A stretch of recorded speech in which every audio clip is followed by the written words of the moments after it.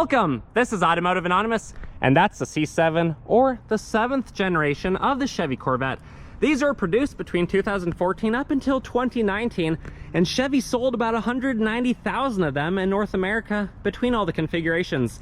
It's one of the best sports cars that you can buy, but it's not perfect. It's not all sunshine and rainbows, and in fact, there's a few flaws that I'm going to identify for you today, but you can expect to see a walk around. The specs, initial driving impressions, 0 to 60 with the GPS, and then my final thoughts to help decide, is the C7 Corvette potentially the right one for you? Or do you leave it at the lot and look at the other sports cars? Big thanks to Twin Falls Chevy for letting me borrow theirs for the day. I'll link it below if you're interested. Otherwise, let's dive right in with this review. If you're new to the Corvette nameplate, you need to know that it first came out back in 1953 with the first generation, or what is now called the C1. Since then, 70 years have passed and they've sold 1.7 million in North America. But you know what else has sold 1.7 million? Toyota with their Camrys in about 4 years. So you see about 18 or 19 to 1 Corvette. And that's if people would get these out of their garage and actually drive them and treat them like a car. This one, for instance, is a 2014. It's 9 years old. It has less than 20,000 miles. What did the previous owner even do with it? Well, speaking of buying one, if you want to buy a new one, they're assembled in Bowling Green, Kentucky. So they're homegrown, and if you want to pay just a little bit more, you can actually get a museum delivery where it's in the museum as if it's a museum piece, which is a really cool experience. But the new ones start at about 65 grand for a base 2024 C8. When this C7 was coming out, it was closer to 50 grand. This one also has the Z51 package, which is basically the track pack. It involves things that make this run better on the track, stay cooler, and be less likely to have long-term problems. Those things include dry sump engine oiling, so you don't lose oil pressure when you're going around a corner too fast.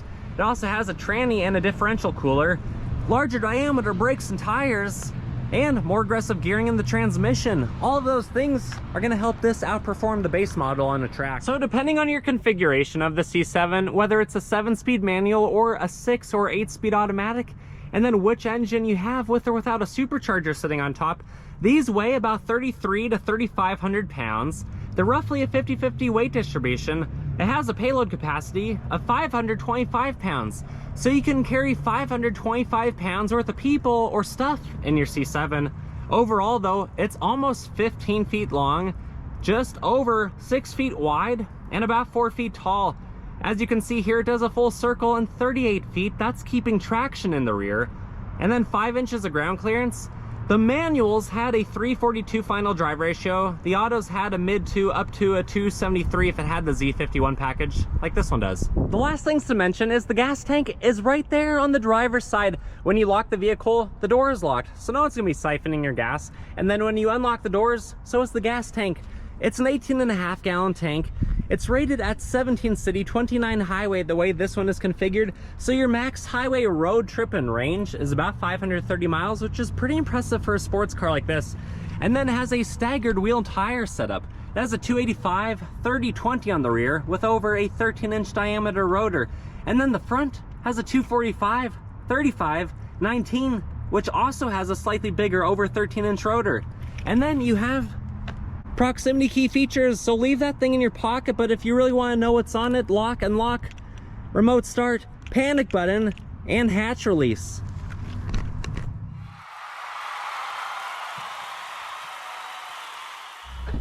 Overall, the door panel looks really good on this. There's a lot of soft touch materials. You have Hobby Lobby stitching, a decently wide armrest, a little bit of a handle that drops down to your storage. You can't fit a bottle, but you can fit some snacks.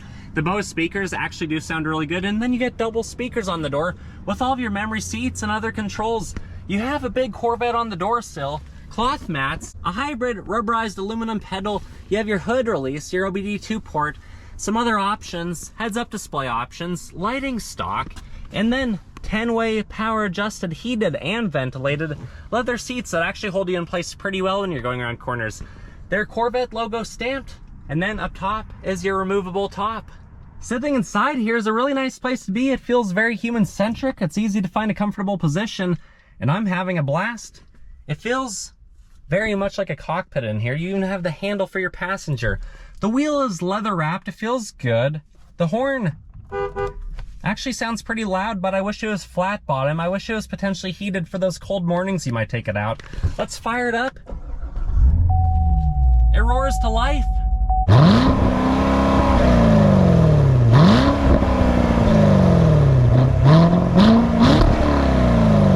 The needles do a little theatrical dance.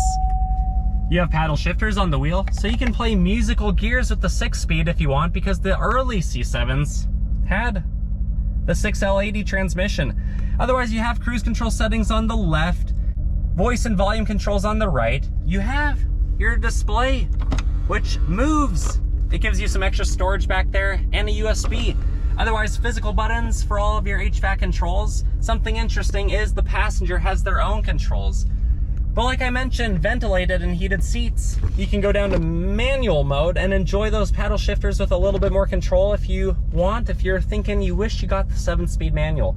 Otherwise, you have a 12-volt, some cup holders, your electronic parking brake, your different mode select to go into track and sport, things like that. And then your side lifting center console, which just has a few more plugins than a 12-volt, but because the transmission is literally sitting right here, there's really not a lot of room under there.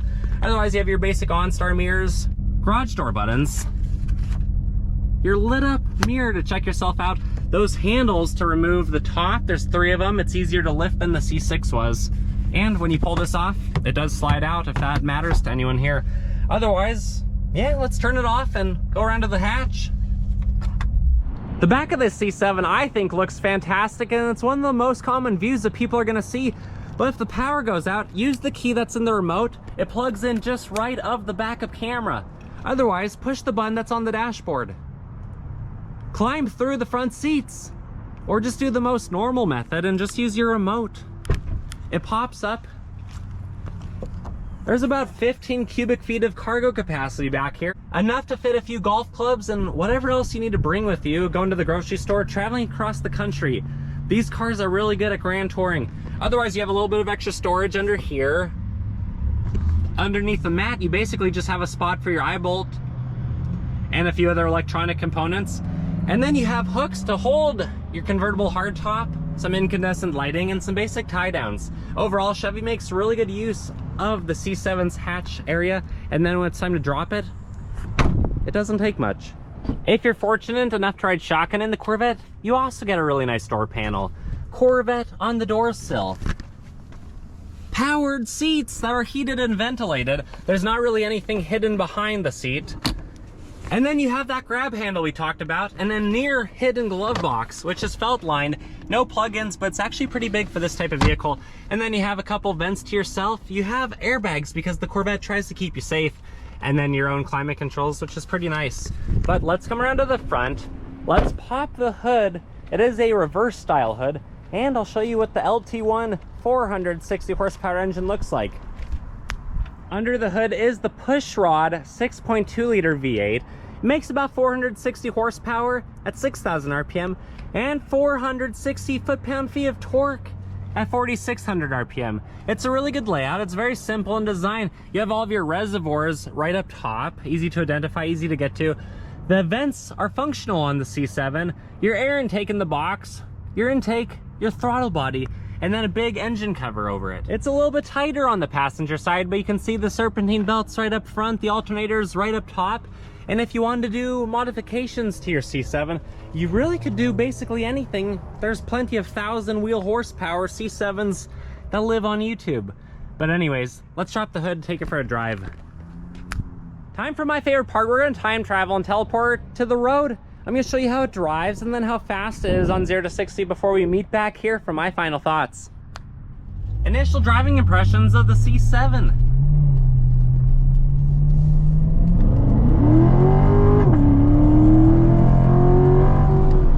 It rips. It sounds like a monster with the aftermarket exhaust that this has from Chevy. And overall, it's a fantastic vehicle. The visibility through the front and the rear isn't exactly as good as I'd like it to be, but the side mirrors and the side windows do well. It's nice that you can reach all of your stuff right behind your head. With 15 cubic capacity of room, it's honestly not bad.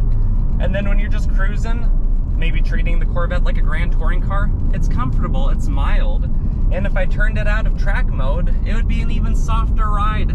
But why do that when you're in a 460 horsepower C7?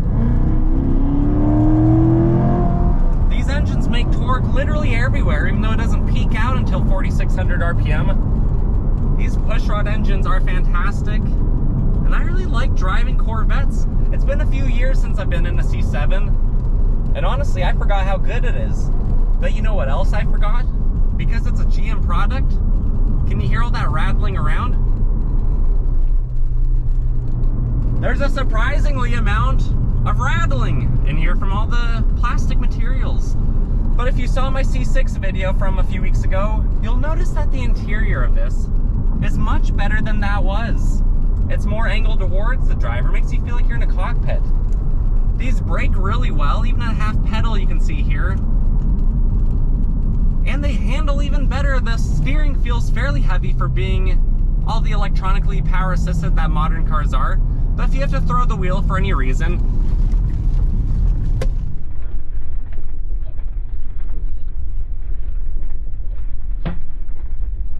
did you see how flat the hood stayed? Really good. And then the heads-up display right there is just fun. Even going uphill, more than enough power to do so. Anyways, guys, I can't complain. I really like the ride of the C7. It's smooth, it's comfortable with about 5 inches of ground clearance. It's pretty capable for most roads. Just avoid big potholes because you have 19-inch rears up front and 20-inch wheels in the back. And with those skinny performance tires, you don't want to be hitting big ruts in the road. But anyways, let's get to a private road. Do 0 to 60.